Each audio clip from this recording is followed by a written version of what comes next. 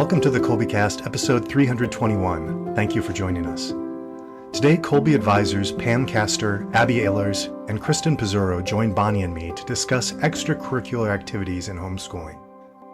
Homeschooling is certainly about educating the minds of our children, but we're always striving to bring about the well-being of the whole person. Activities outside of schooling can play an important role in this, with things such as sports, serving the parish, and groups such as scouting.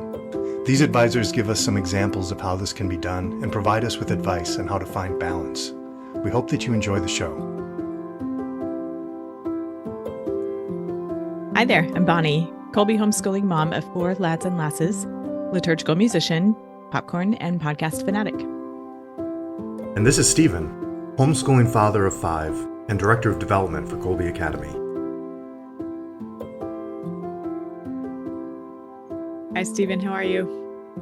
Doing well. It's a busy day. It seems that we've got to the point where we have more drivers than we have cars. And, so when it's like, okay, my son needs to go help this lady out from the church with yard work, and my daughter's going to be house watching, and there's the swim tournament tomorrow and adoration tonight since it's a first Friday. And it's like, oh boy, or somebody gonna have to walk is the coordinating factor here for me. But no, it's good. Everything's great.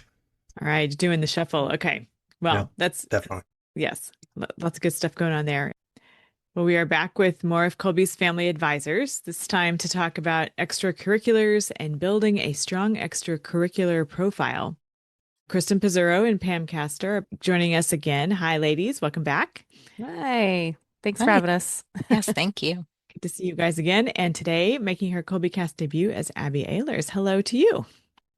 Hello. Thank you for having me. You're welcome. It's good to meet you. We're going to get to know you a bit. Pam was last with us on episode 284, discussing flexibility and structure in the early years. So Pam, how are things? Things are well. We are jumping into summer mode and life is good. Good. Very good. Like to hear that. And Krysten's most recent Kolbecast episode is number 313, which is also a part of this advisor series that we're doing. And that one contained a wealth of ideas for preparing to have a stellar school year. So we're going to link both these episodes in our notes so folks can check those out if they haven't already heard them. Since then, Krysten's family celebrated a major milestone in their homeschool odyssey. Congratulations, Krysten, to both you and your newly minted Kolbe Academy graduate. Thanks. I know. I am excited. She did K through 12 and with Kolbe. And so it's been fun to watch the changes through Kolbe curriculum and through her and all of that. Pam also celebrated a graduate too. You a graduate? So, how did I miss that, Pam? And our newest advisor, and all Abby. 3 of us. Yeah. Me too. And I know. Stephen, All of us. Everybody. Congratulations to everybody. So let's get to know Abby a bit. Would you say a bit about yourself and your background and your Kolbe connection? Okay. See here. I've been with Kolbe Academy for about 10 years on my homeschooling journey. My biggest regret was not starting homeschooling sooner. So we started 4th and 5th grade and went all the way through 12th grade. So it's been a wonderful experience. My different background is I'm actually a registered nurse. And life took me in a different path. And so here I am. I was able to use my nursing degree to take care of my family in the home and actually use those clinical skills and how you apply problem solving to helping my kids learn who were different neurodivergent learners. And I loved Kolbe because it was flexible. I had the support systems, also known as Krysten, help me through that. And it's just been great trying to It gave us an opportunity to really balance life because we had other things to do. Like when we were in brick and mortar school, we had to run from regular school day to all of our therapies, and you couldn't even have time for an extracurricular. So this gave us the opportunity to find balance in our lives, and they were able to find other ways that they could thrive. And so that's why I love Kolbe. Wow, excellent. That's lovely to hear about your own experience. That's one of the main reasons we do the Kolbecast is just hear other people's experiences. They help so much in us figuring out our own. Since we were talking about extracurriculars today, I'm interested to hear what those look like in each of your households. So Abby, would you tell us what that looks like? Okay. Well, both of my students are now Kolbe alum. So, but our picture of extracurriculars have been the kids were altar servers. They were able to altar serve at daily mass every day. So that helped us balance faith. Swimming was a large portion of our life. My other son, he did robotics. Okay. And then we also participated in a co-op. So that's a variety of things, plus family travel.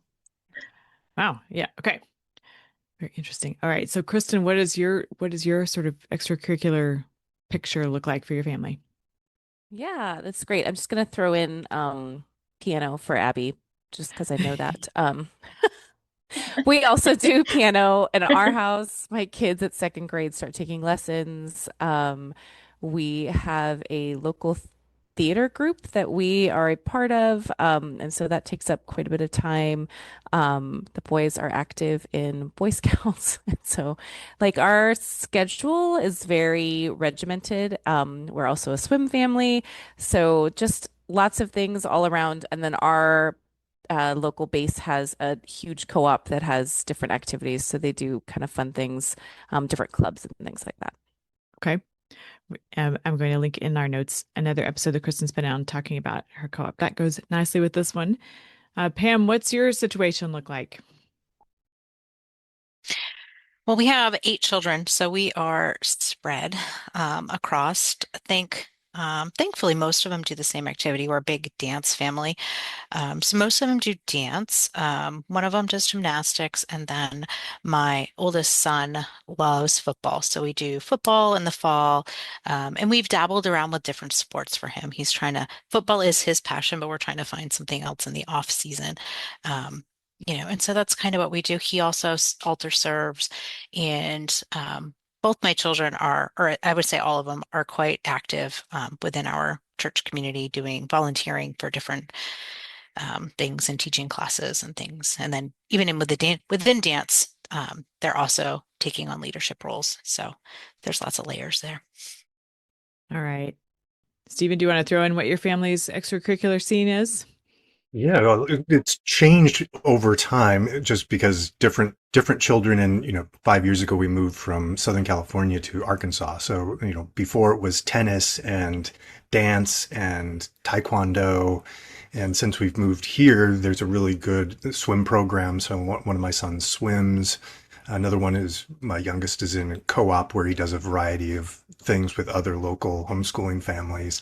Yeah, and then the church activities are, my son's getting ready to join the youth group and be in the leadership there and altar serving and all, just whatever opportunities kind of come up and don't interfere too much with the regular schedule as much as we can.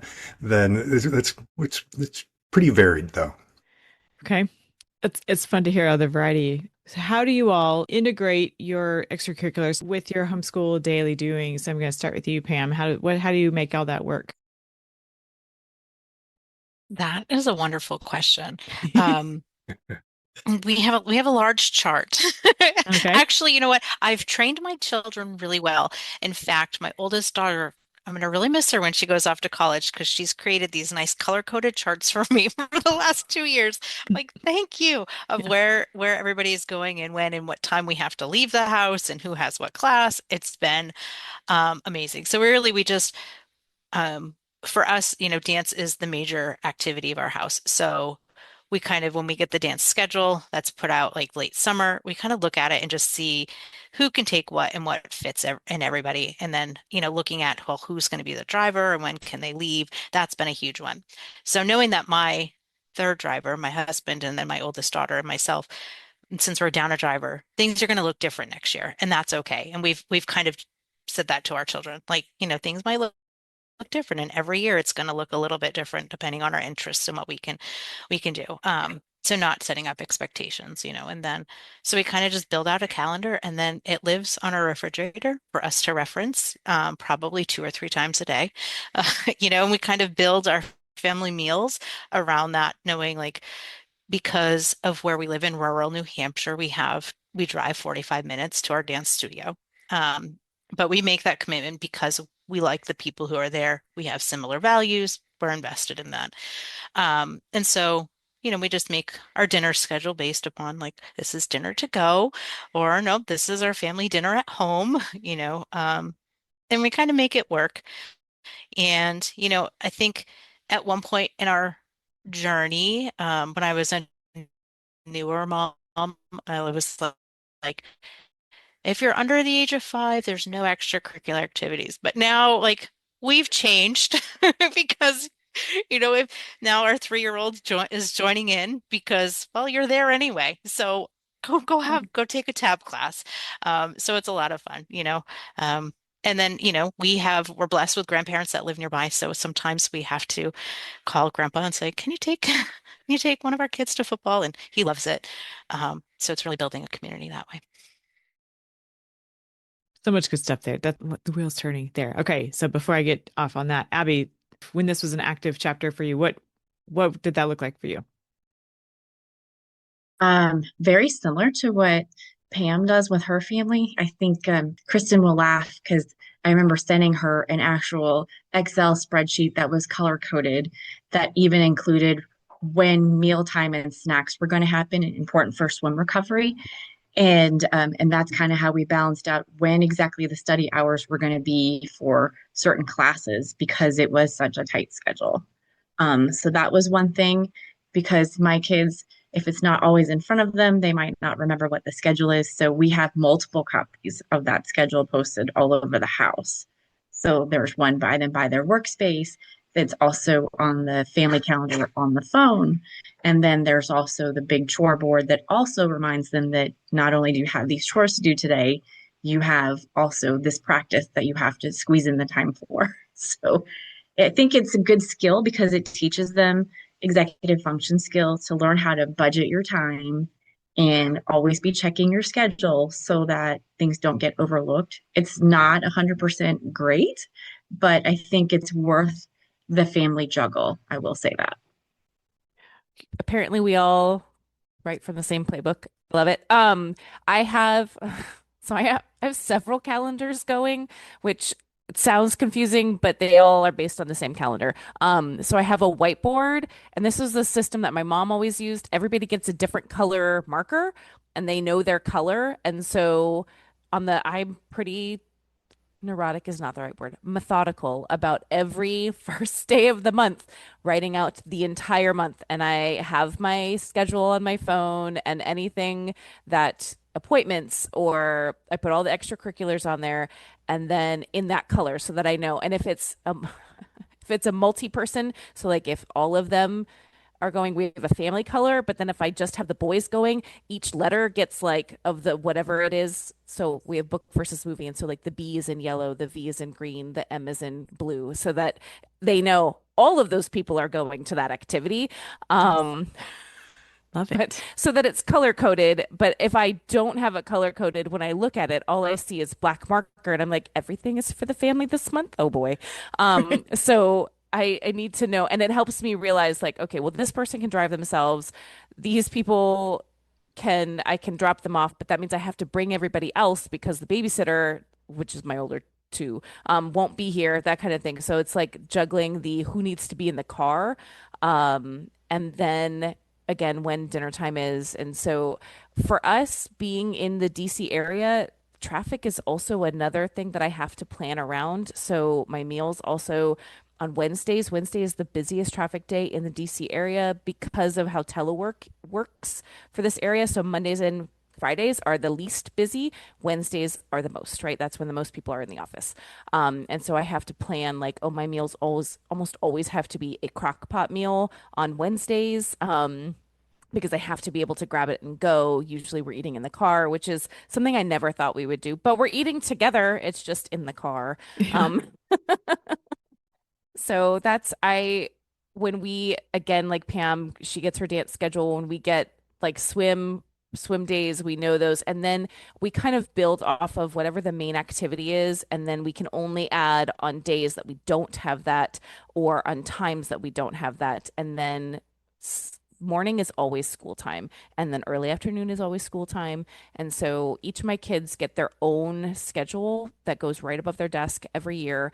I make them on Canva and I ask them what kinds of things they want on there. So they're all different. And, one is a dragons theme and one is a Disney theme and whatever they want. And then it puts their classes in a schedule. So like 8 to 2, I have all their classes down and then what they're doing in between. So like, oh, I have science, but then I have a block before I have math. Great. So that's not free time. That is, you're going to be doing science homework or you're reading for literature or whatever.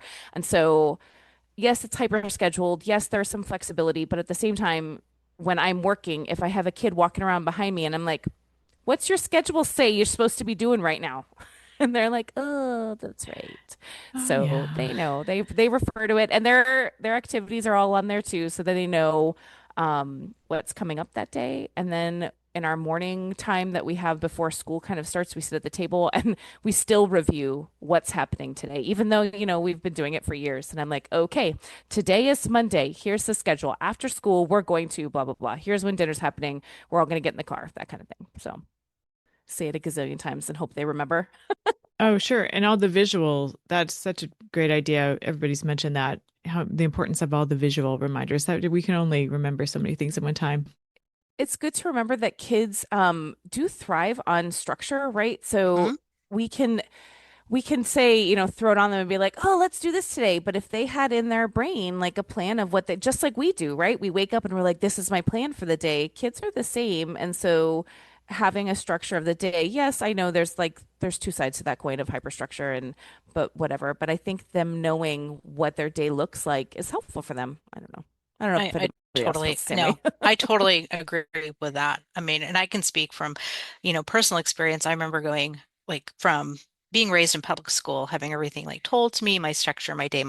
Then I got to college when there was like nothing, and I was like, what do I do? Like I had no clue. Like I had to figure it out. And now releasing my new graduate, I know she's going to be great. Like she knows how to build her schedule. She's been working on it. And, we've been building these skills, through my middle schooler, like that they can slowly start, taking that executive functioning skills. I mean, it's so, so important. And then another game changer just within I want to say the 2 years. I don't know why. It just dawned on us. Like my older kids who have access to email, like we all have shared Google Calendar. And so everybody has that. And like they can put appointments on the calendar, if they have events or we have one. And, even like date night, for like mom and dad date night. And we put it out and we're like, you all knew, you all accepted the invite. So you're, those little things, just I think helps keep everybody. And then we too, like Kristen said, going over the schedule, Monday, we usually do family prayer. But we do family prayer every night, but on Sundays in particular, we take time for a family meeting and we kind of like lay out the week so that they know what's happening. So All of this is so helpful, and I could ask any number of questions like, what about meal planning and all that kind of thing. But how about we go back to this expression, strong extracurricular profile? What is that, and why is it important? I can start with that. When I was brainstorming for this, my husband and I were talking about this. And I think when we first started out with homeschooling, we thought, oh, we have all this time. We're going to try everything. Right. And then that got overwhelming. And so then we said, okay, let's figure this out, take a step back. What's important? And so if I had to use a method on how to discern what is right for my family, we went back and decided to prioritize, okay, what extracurriculars are going to help them build their faith so that when they become an adult, that they can continue with their faith formation. And so that's how we decided, okay, you know what, daily mass, we're going to make that commitment. And then the kids decided they wanted to altar serve every day, which was wonderful. That was all on them. Then we decided, okay, what other skills are they needing to gain? And so for my kids, that's typically executive functioning or things that will help their body coordinate and move. And so that became, all right, swimming seems to be, out of all the activities we've tried, that seems to be helping us reach those goals. And then it also had the benefit of helping them do better academically because they got their wiggles out, and so then they could focus and what we had to get done at home. So that's kind of how we chose what worked for them. Like we tried soccer, that did not help them at all. That wasn't the activity that was making them formed as a good human because that just wasn't the right activity for them. We decided what activities can we do as a family, because when we started scheduling all these things, we were going 10 different ways. Okay, you take him to this one and I'll take this one to this one. And we wanted to make sure that they were there for each other. So we had to pick and choose and balance how we were going to be able to make it to the swim meets and then also get to the robotics competition so that we could support one another. And then we also had to take a step back and realize what kind of impact did this have on our family life? Because that meant that if we're going on vacation and we still had swim training to do, what is that going to look like? How can we balance both of them so that they can still get their swim training in and we can still have those family memories that are outside of the water instead of always at the pool? So those were some really important life lessons that we learned that, okay, if it's going to make our family happy and feel like we're having balance as opposed to just feeling strung out, we had to always go back to what really was important. And is this helping us meet our long-term goals of helping them become good adults in life? I think that was, yeah, very well said. I think when reflecting upon any of that, I think we always say, we put God first. Some of our dance competitions end up on Sunday, and we're like, well, we need to figure out how to get to Mass, or it doesn't happen. We've always figured it out. Like we've never in the last, 3, 4 years we've been doing it, not figured out a way to get to Mass. So that's fantastic.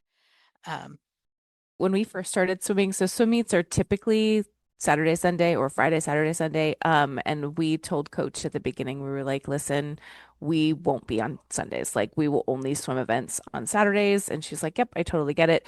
And the reason that kind of had to come about was I have swimmers across multiple. So when you swim in swim meets, they do them in chunks. And so they'll do like the 8 and unders, they'll do the 11, 12s, they'll do the 13, 14s, and they do them in different time blocks. Well, I have swimmer across each one. So like there was no, I can't go to Saturday evening mass because I had a swimmer in the water.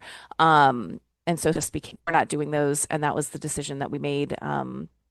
Mass had to come first. And so they just don't swim on Sundays, and we do the events that and so they don't, have times across all the things, but at the same time, I don't know, it's worked out for us, and kind of had to just trust that God would take care of the rest, right? Like I don't know if I'm sure it's across many different sports, but like they're like, well, you have to be all in or you don't get the benefit, of recruiting or whatever for college. And I was like, well, I'm just gonna have to trust that this is gonna work the way it's supposed to work.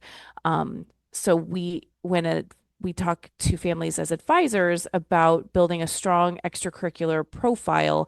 Really, what we're talking about is showing whatever they're going to do next, whether that's trade school, college, getting a job, you want to be a well-rounded person, right? Like you're not just school. So we want to make sure that there is time to develop the other parts of where God is calling you. So maybe you're an athlete and you want to develop those skills. Maybe you're an artist. Maybe you love to bake. Maybe you really want to explore some culinary talents and want to have time for that. So you want to make sure that you kind of find time to let your children follow and figure out the other interests that God is calling them to, right? Like, yes, we can in school time we can explore math and science and history and literature and all of the beauty of all the different subjects, but there are other things out there, right, that make you a well-rounded person. And so that's when we talk about a strong extracurricular profile. When you, in the base sense is when you apply to college, you want to make sure that you show them that you did something other than study for the last 4 years. How did you develop as a person? And because that's what they're looking for. They're looking for interesting people to add to their campus. And I think that Kolbe offers a great opportunities for extracurricular, all of our clubs. Like, those, are extracurricular activities that we have built within our own community that students can get involved in. And without a whole lot of risk. My daughters have tried different, some clubs that they loved and some that well, that wasn't for me, and that's okay. Um, you know, and then be involved in as much as that they want.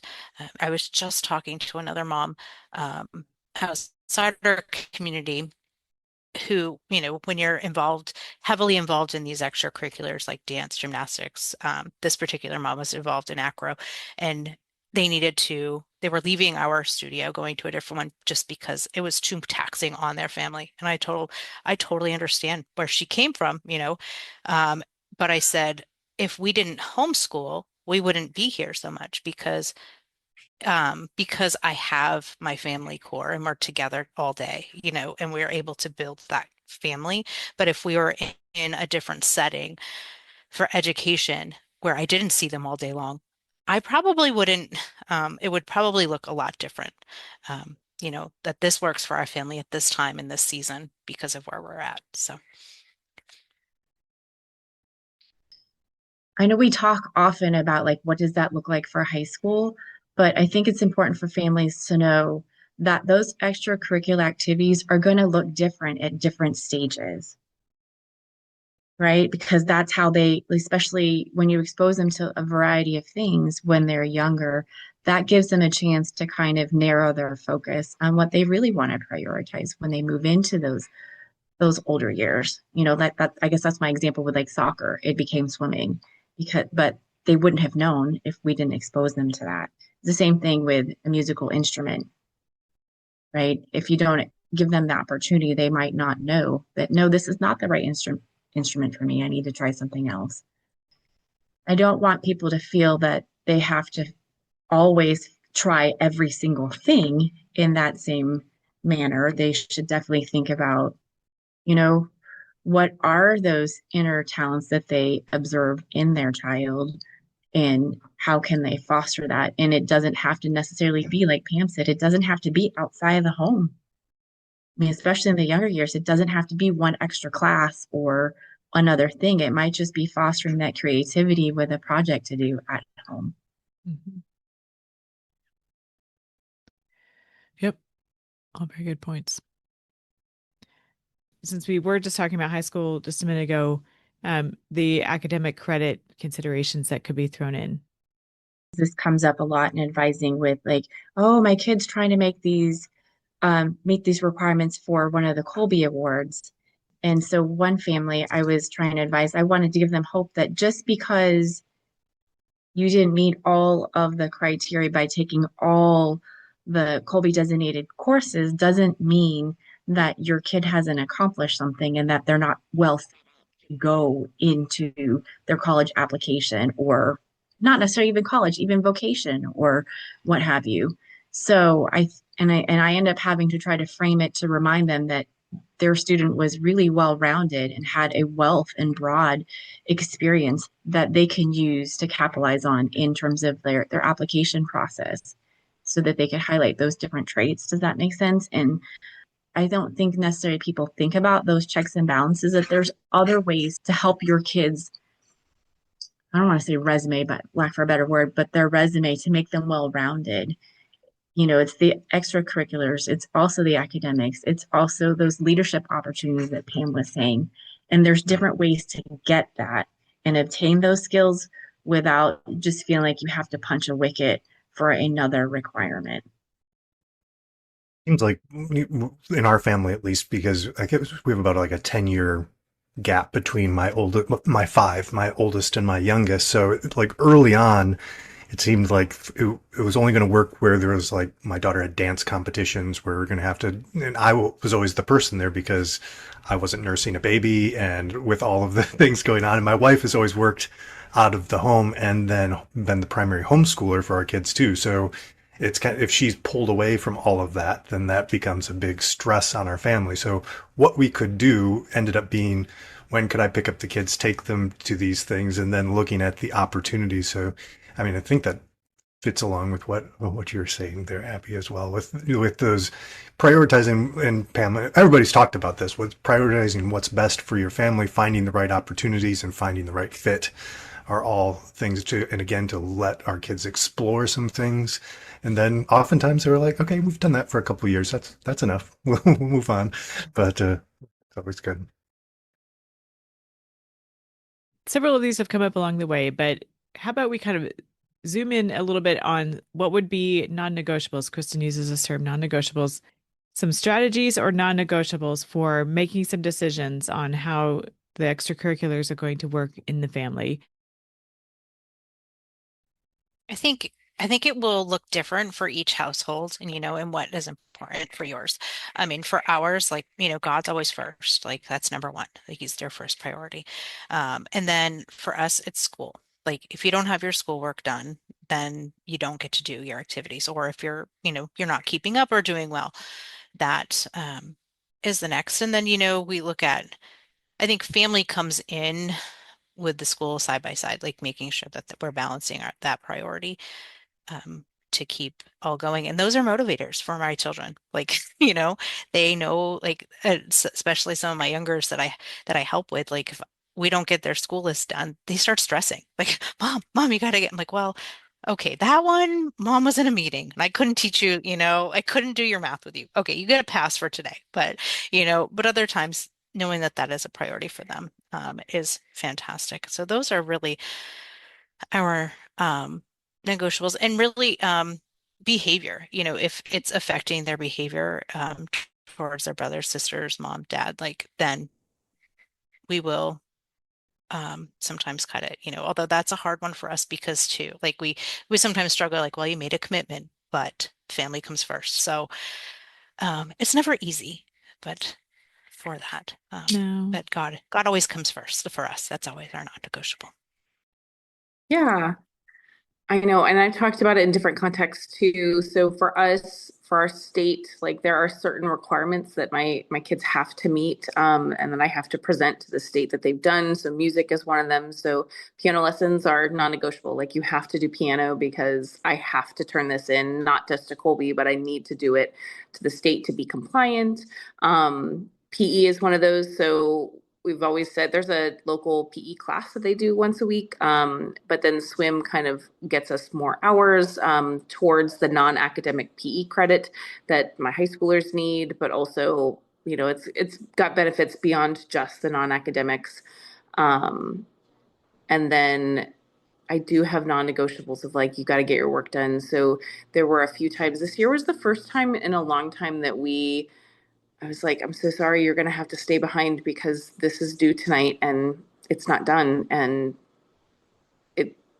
it comes first. Like your academic work has to come first. You're not going to give up 10% to be late just because you want to go wherever your activity is tonight. And so activities are second, even though they're all valuable, right? Like it's not to say that the activity that they want to do is not valuable, but that we kind of have a hierarchy in our home of what has to come first. Yep. Makes sense. Yeah, I concur with everyone else. Like faith has to come first. That's what comes in our home. The other non-negotiable was because they are so scheduled was sleep.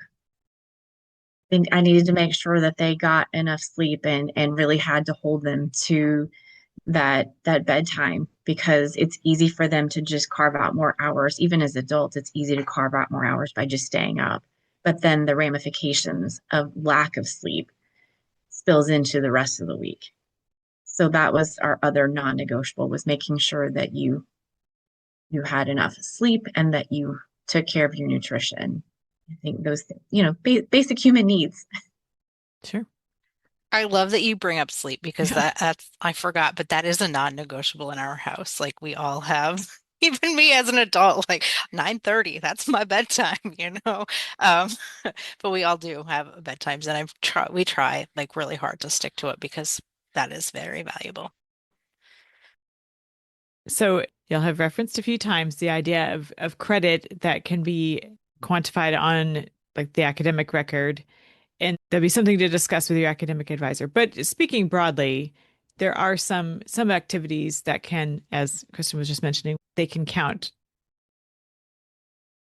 So like what I tell people when we're talking about meeting those PE credits, that, if they are in a sport or an activity where they are active, that can count towards PE. I mean, you're looking at doing 4 hours minimum a week across the school year, and uh, a lot of sports they meet that pretty easily when you're adding in practices plus games or meets or whatever it is on the weekend, or dance competitions. You talk about music, so same kind of thing. For a fine arts, you can earn a fine arts credit. Those are all non-academic, so they're pass fail. You're looking to meet 120 hours. So if you've got a student who does, maybe they take trumpet lessons or their piano or they voice lessons, and they have a lesson plus they have to practice every day, and add up to more than 4 hours a week.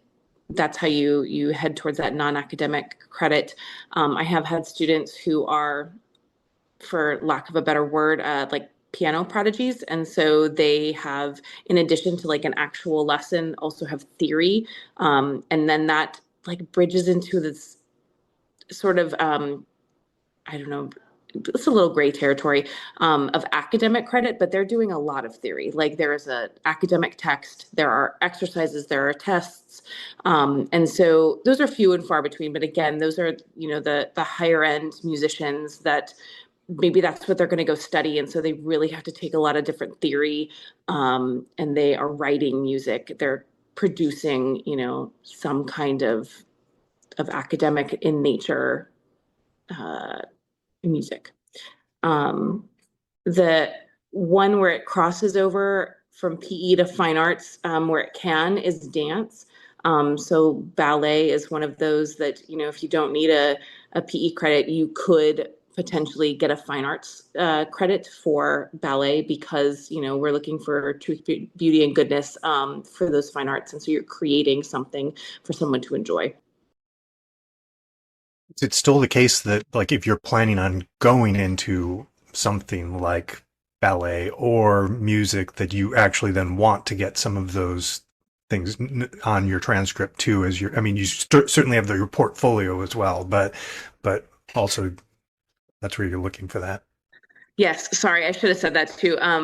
So both Pam and I have daughters that are going to be seeking some kind of arts related degree. And so it was important that the transcript have the extracurriculars that were for credit.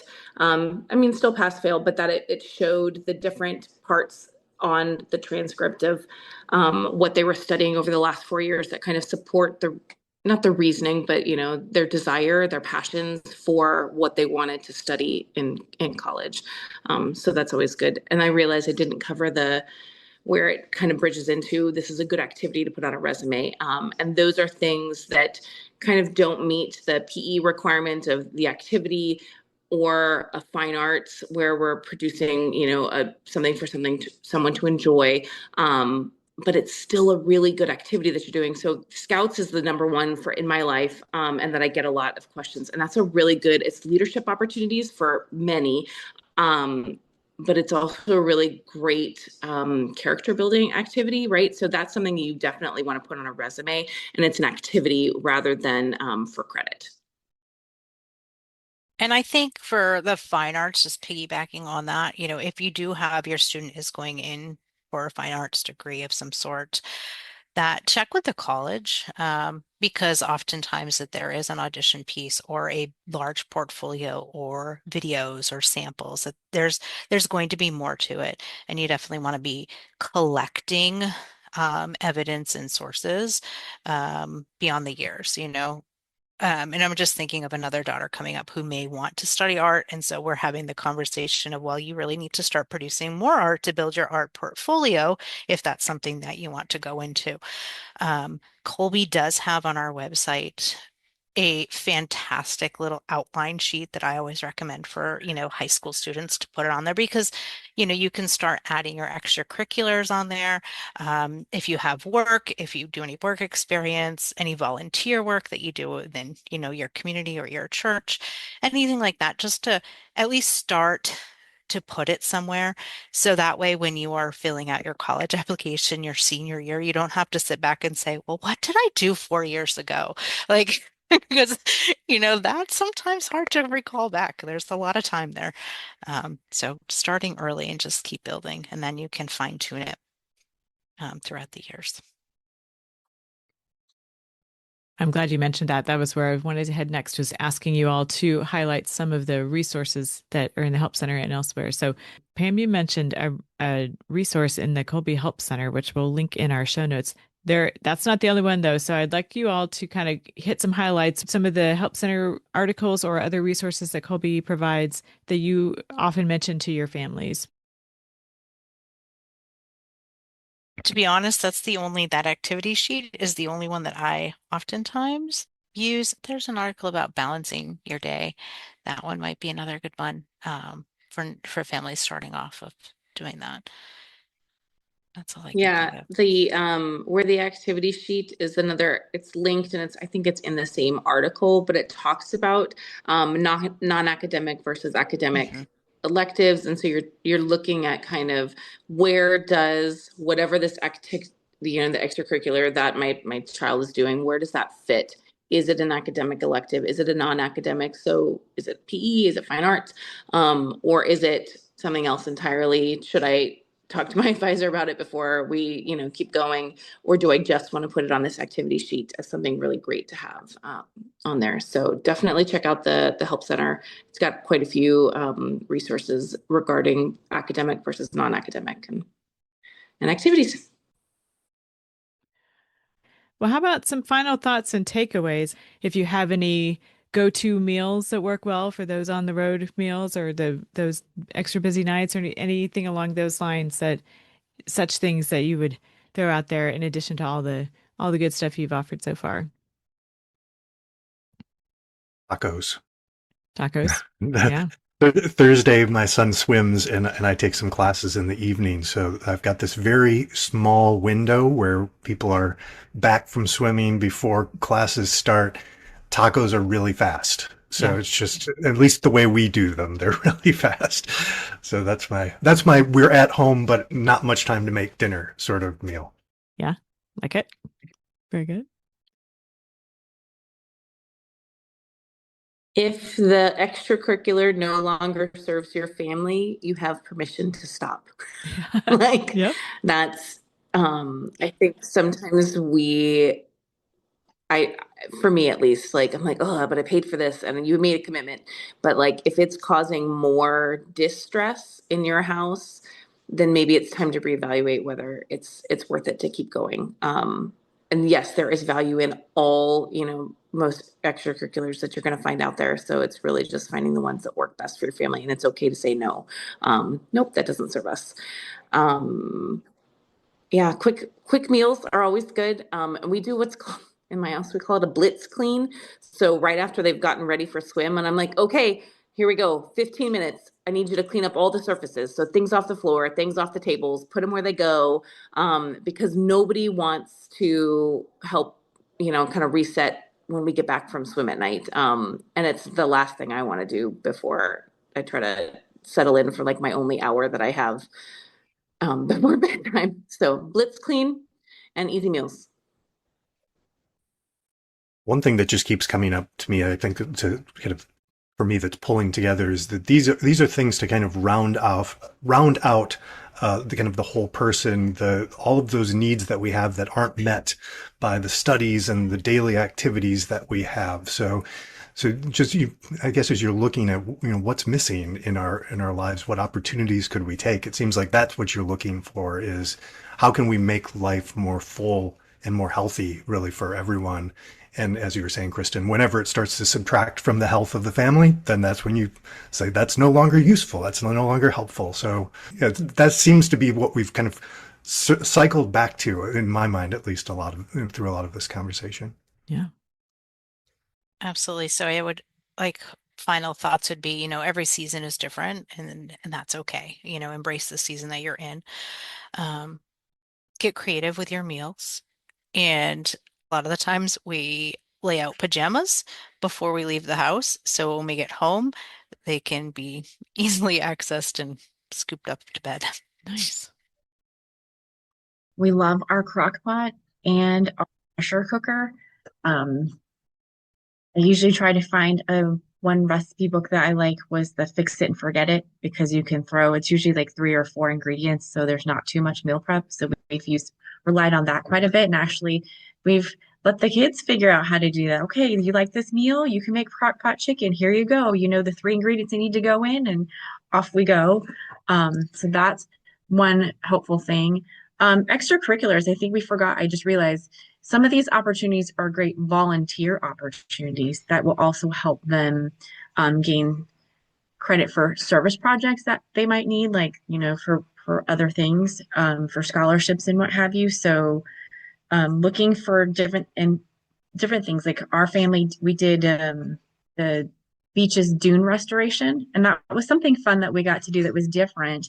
And 3 of us got to do it together. And so it didn't feel like mom was just the bus driver taking them to their activity. It was something that we get to do to reach out to our community together and have that memory. So I think finding those things besides just the structured activities that we have to do is something to keep in mind, because that's also an opportunity to grow as a family. Definitely. So much good stuff. Appreciate all of this very much. I hope everybody has a great extracurricular experience, and we'd love to hear input from our listeners. People can comment on the social media posts for this episode. They can send us email to podcast@kolbe.org to kind of weigh in on the conversation, join and give suggestions and experiences and so forth. We'd really be interested to hear all that. Abby, it was lovely meeting you. We look forward to having you back and visiting with us in the future. And Pam and Kristen, thank you for coming back for another episode with us. It's really been great spending this time with you 3. Thank you very much. Thanks. Thank you. Subscribe to the Kolbecast on your favorite podcast app so that you don't miss an episode. And let us know how we're doing by leaving a rating or a review. And as always, feel free to email us at podcast@kolbe.org. Mary, our Mother, pray for us. St. Maximilian Kolbe, St. Ignatius of Loyola, holy saints and angels, pray for us. Ad maiorem Dei gloriam.